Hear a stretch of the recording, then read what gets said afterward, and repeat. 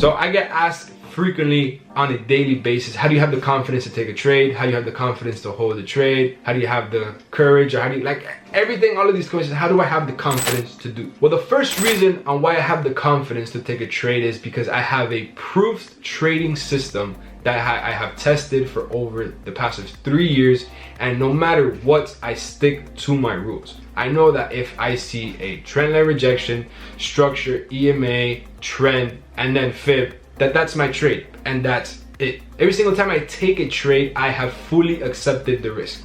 Within this stop loss, whatever the case that I have risked in here, I am 100% okay with it. If it hits stop loss immediately, I am okay with it. That's why I risk that certain amount. I have seen this time and time again, not only back testing, but live testing. I have so much data. If you go out now, let's say you go now to whatever pair it is you like to trade, and you go to the daily candlestick, and from the day of this recording, you go back 3.5, almost 4 years now, you see every single daily candlestick. I have lived through that. I have watched every single 4-hour, 1-hour tick to where price is now. So I am confident in my next trade because I have seen it time and time again. I am 100% okay with whatever happens next. If the trade immediately hits my stop loss or immediately hits my take profit, whatever, I am 100% okay with it, clearly because I have taken the trade. I will not take a trade if I'm not okay with the outcome, because then I am now emotionally attached to the trade.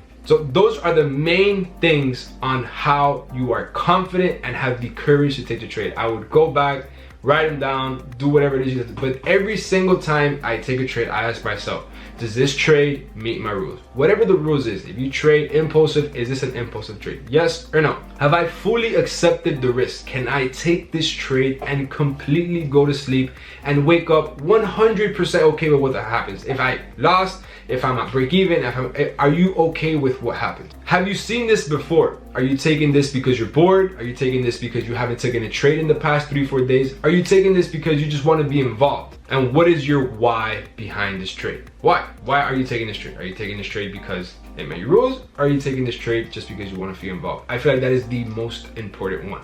So many lack confidence because of their previous experience with the markets, right? Maybe you have just come off of a losing streak, or maybe you have just blown your second, third, fourth, fifth account, whatever the case is. This now has completely stopped your motivation and it has killed your confidence. Well, this is something that is terrible simply because your losing streaks and your blown accounts, the markets don't even know that you have done that. The markets are nowhere near aware of what it is that you're going on. This is just simply thoughts that are going through your head, and then you're magnifying it because of your emotions. Now, from all of the data that I have collected, off of this years of trading, and then even within myself, within trading, we all seek some type of confirmation, or we're seeking another source to say, yes, that's okay. Well, this is tragic to your trading. So let's say that you're watching somebody on Instagram in their stories, and then they say, oh, I have lost today $5,000, and then you yourself, you've only lost 500. Well, now you seek this confirmation. We're like, oh, if I lost today, it's okay because X person lost along with me. So now you feel better about yourself. Now you're like, oh, I'm not the only one that lost today, because you feel the sense that you're not alone. You're in this with somebody else, whether for the good or for the bad. But this is very damaging because it falls back into you comparing yourself to others. Now you're relying on that person's confirmation, whether it's good or bad, for you to seek your emotional aspects of whatever the trade has the outcome in. This is why this is very essential to you having your trading plan. If your trading plan says you take a trade at this session with this confirmation, that's what you do, and that's it.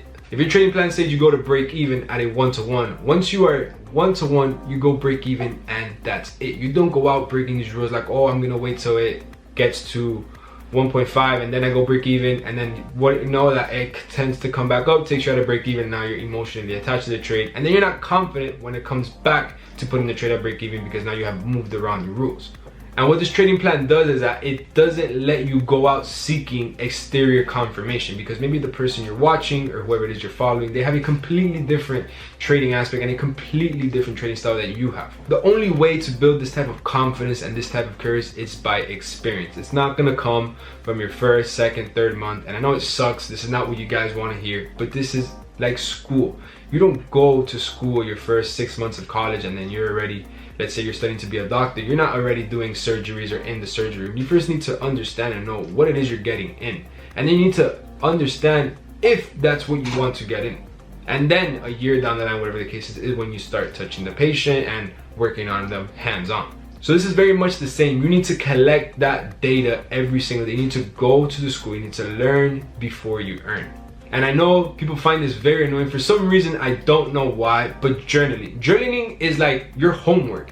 You're creating your own homework for yourself. Nobody out here is gonna come and be like, okay, you have a test tomorrow, you need to do this. This is the bad part about trading, is that you are entirely up to yourself to put yourself in the spot for the things you do and don't do. So you need to journal your trades so you know that you are following your plan and keeping all of that data. So when it comes to your next trade, you're like, oh, well, my journal says that I literally just took that trade 2 weeks ago. It's the exact same trade. So now you're confident taking that trade. Journaling is very, very, very important to trading. And by doing this, you realize that you now minimize the amount of trades you take. Now it's going from quantity to quality. So by doing this and looking back at your journal when you see the next trade, so now you have built this confidence and courage. So what you're gonna see is you're gonna find yourself taking less trades. It's gonna end up being quality over quantity. So it's where the less is more falls into this business. Less trades equals less stress. Less stress equals more time equals more money. So this is an analogy that I like to always put. It might be funny to you guys, but it's very much the truth when you put it into perspective of how it goes. We're almost like alligators hunting for our prey. You think an alligator is gonna simply just go out there and run after a deer or whatever the case is? No, it's not gonna be able to be compatible with the deer's speed. Well, it's very much the same with us. We can't go out and we can't run after the markets or the moves or whatever the case is. It's simply we're just gonna literally not be able to make it. So we have to be like an alligator. An alligator literally just waits right there in the surface of the water by the bay, and he simply baits the deer, the zebra, whatever's coming to the water to drink it. Same thing with us. We're here sitting in front of our monitors, simply waiting for the trades to get to our area of interest.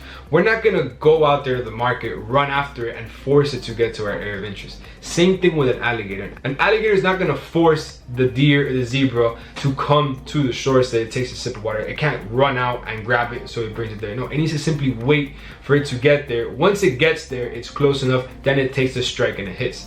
Same thing with us. We need to wait for the trade to get to our area of interest. It gives us that confirmation, it's rejecting the area, then we take the trade. There's gonna be times where the alligator goes to strike and it misses. It happens time and time again. I know we've all seen Planet Earth. It's just the part of life.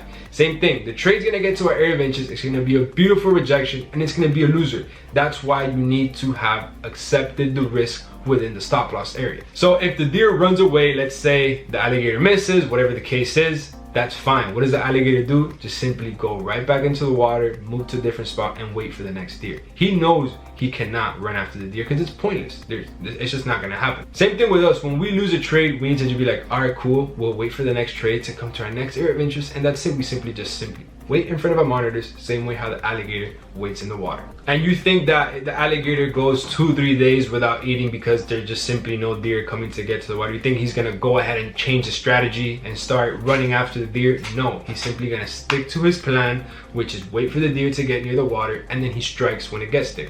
If it's 4, 5, 6 days without him eating or anything coming, there's nothing he could do. That's what he is to plan to get his food.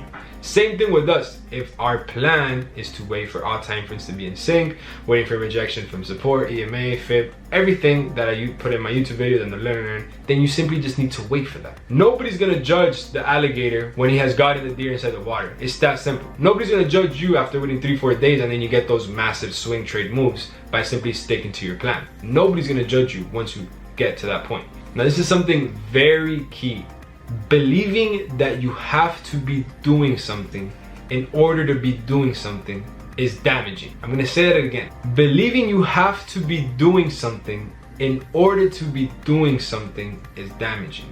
Does that make sense? Just put that into perspective. Write it down, listen to it, and then it'll make a little more sense. So now we're gonna move on to the next video, which are emotions. This is a very big topic. I know a lot of you guys have emotions fluctuating up and down, but it's gonna make sense now a little bit the way I break it down. So I'll see you guys there.